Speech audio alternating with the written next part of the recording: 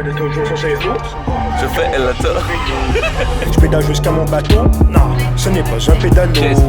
Je lance de l'argent dans l'eau. Splash, je suis riche comme Pelado. Tata SP me donne son numéro. Pas le temps, j'ai une course de vélo. Je prends mon vélo sur ses roues. Je fais le tour de France. Je fais le tour de France. Je fais le tour de France. Je prends mon vélo sur ses roues. Je fais le tour de France. Holy shit, look at that.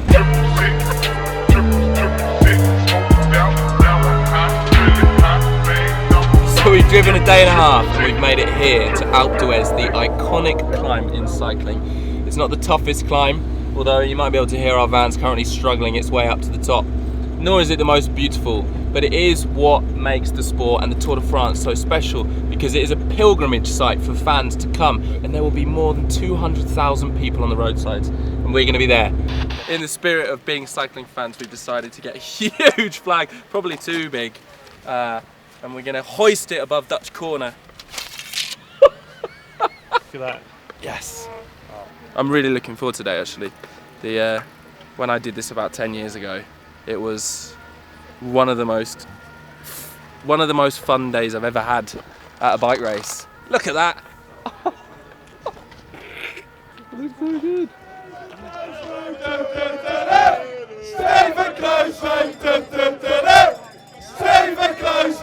It started when we were students. It was free, you know, free camping, beer, fun, music. And now it's just tradition. Everybody's so nice, you know, English, German, everybody is one. And with soccer you don't have that. Yeah. And with cycling you have that.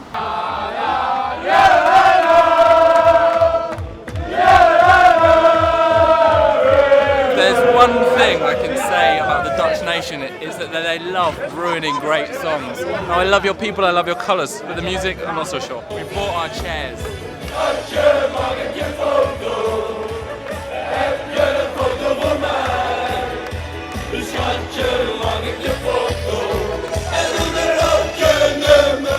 I've changed my mind, Sam. Dutch music's incredible. I'm never going to go to a disco without my chair.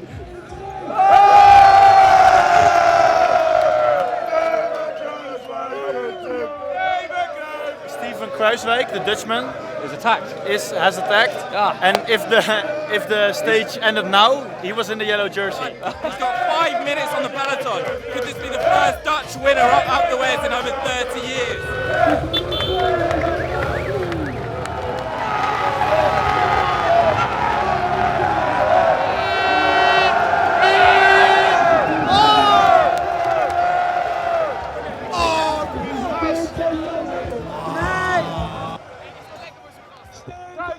How many times have you been to Dutch Corner?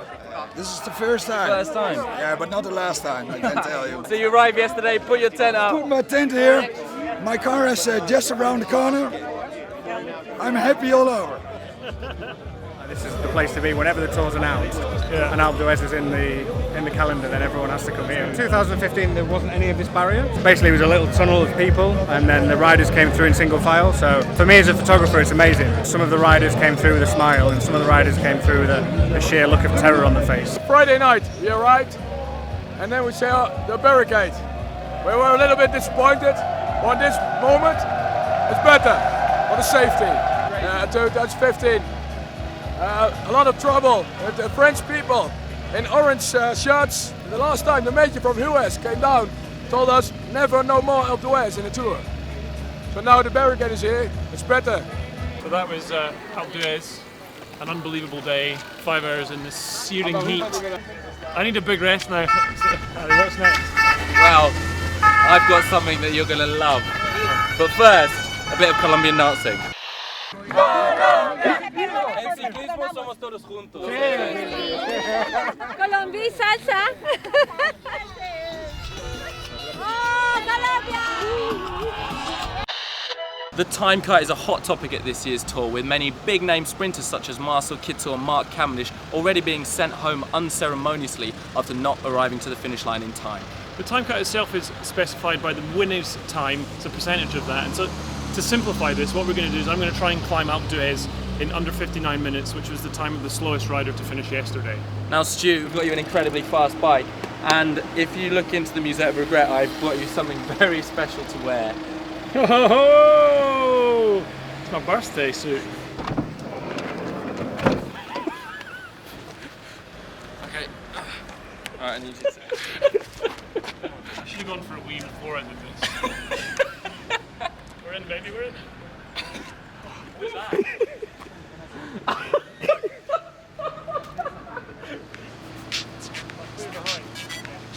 Three, two, one, go! 59 minutes, here we come.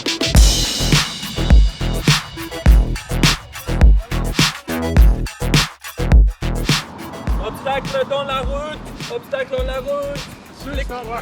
À la gauche.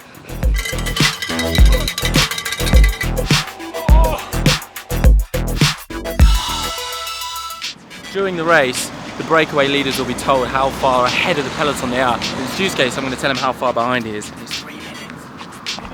Stu, you're 3 minutes behind. You're riding for 16 minutes, okay? Keep going, buddy. Ready, Stu? You might be able to tell this is the first time we've ever done this. Stop. He usually ends up with a bottle, but we didn't do that well. When riders are doing a big effort like this, hydration is a really important part of it. And what a better place than Irish Corner to give Stuart some old-fashioned hydration beer.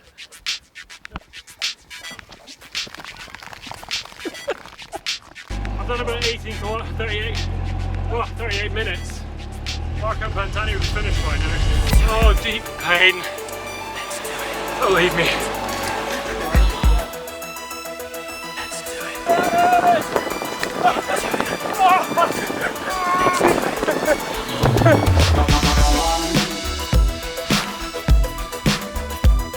Let's do it.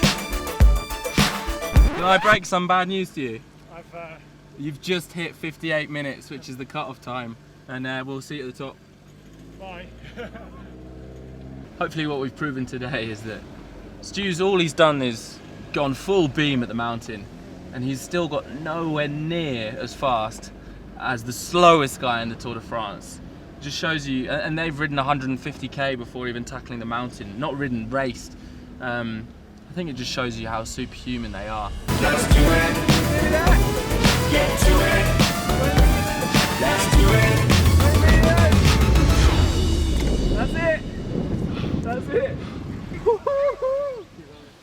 You, my man. What day is it today? Hold on, mate. Put them in my hand. Put them in my hand.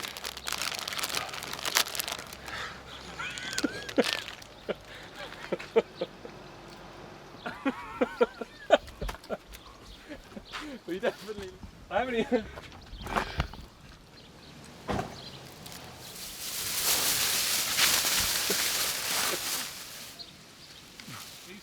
I don't know if it's going to recognise my face. Oh, it did. End ride, yes please. Oh, 1 hour 18:24. I think I am number 8,142 out of nearly 20,000 people. I'll take that. Top 50%. It's me to a T, like thoroughly average. It's not as easy as it looks, let me tell you that. You know when you watch pros go up and they look effortless, it's like so graceful. And unlike me, I'm sure I've just shown that there's no grace. Grace comes at a high price, and I don't have enough coins. As the race bids adieu to the magnificent Alps, let's take a moment. Geraint Thomas is in yellow, the fastest Welshman to ever race a bicycle. Whatever Team Sky says, we think he should ride for himself and not Chris Froome next week. He might not have a better chance of winning the race. The French public, unsurprisingly, have been booing the British team again. They consider Sky an affront to panache, an arrogant corporate powerhouse that suppresses exciting racing with its super domestiques. Money can't buy you class, but it does buy you wins. Who can stop Sky's procession to Paris?